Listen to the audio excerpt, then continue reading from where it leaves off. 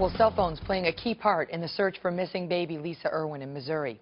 Investigators looking into who used the cell phone of the baby's mother, Deborah Bradley, on the night of October 3rd, when the then 10-month-old baby disappeared. Tom Slavensky is a mobile forensic examiner, and he joins me now, ironically, by phone. Tom, thank you very much for being here.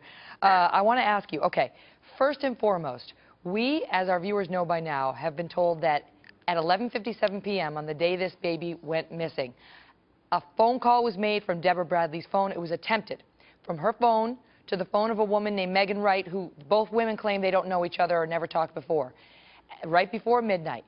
Now, the mother says that her phone service was restricted. They hadn't paid their bill. The lawyer tells us for the family that Verizon has confirmed this family could not make outgoing calls on that cell phone that night. So you tell me, Tom, as somebody who investigates these phone records, not these, but phone records in general, why are they showing, according to the FBI, a 50-second phone call, attempted at least, at 3 minutes before midnight on the baby went out, on the night the baby disappeared? Okay.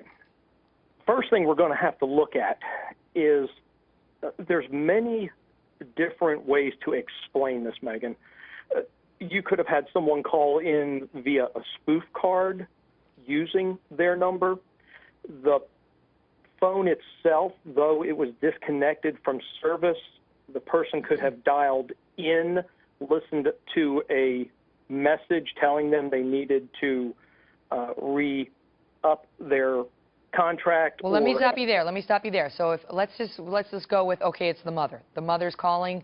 She's trying to make an outgoing call at 11:57 p.m. Right. She picks up her phone and dials the number of WMegyn Wright for whatever reason. What does she hear?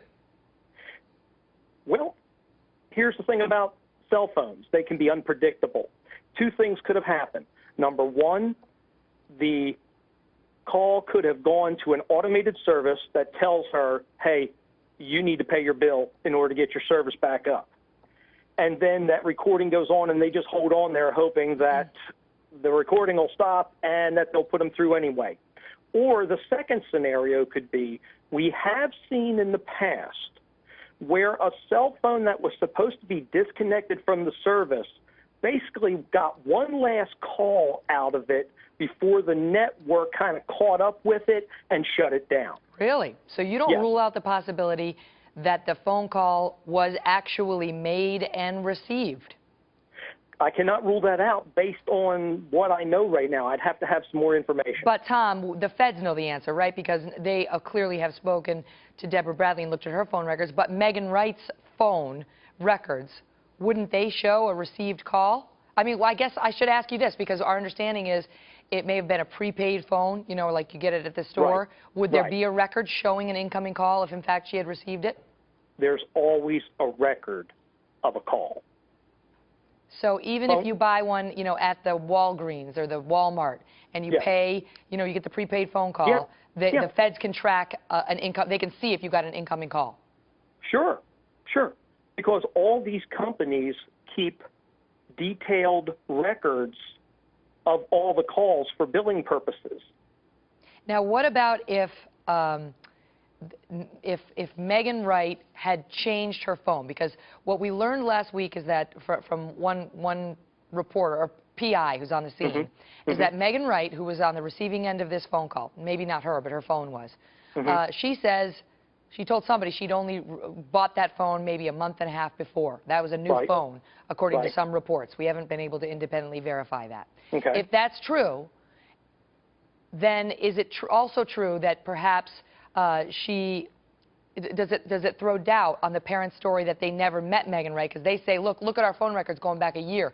We never called her before. So in other words, could she have transferred her phone number from her old phone to her new? Yeah. Even if it's a prepaid phone? Yes, you can.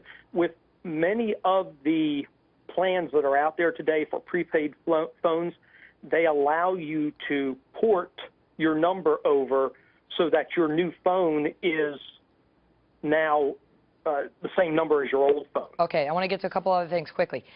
Apparently, the person attempted to call Deborah Bradley's voicemail at 3:17 and 3:22 a.m. as well. According to our information, they dialed *82, which is supposed to get you into voicemail, into the phone.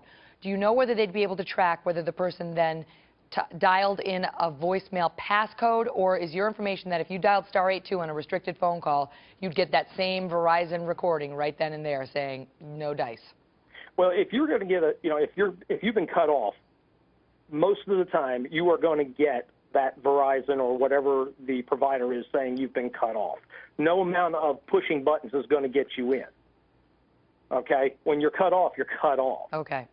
And the last thing I want to ask you before I let you go, and we're up against a hard break, is when they say that the pings show that the cell phones never left a 1/3 of a mile radius from around the house, Okay. does that mean they literally never left 1/3 of a mile radius from the house, the phones? That means the phone did not leave from around the radius of that house. Okay. And that's what we're hearing from the FBI.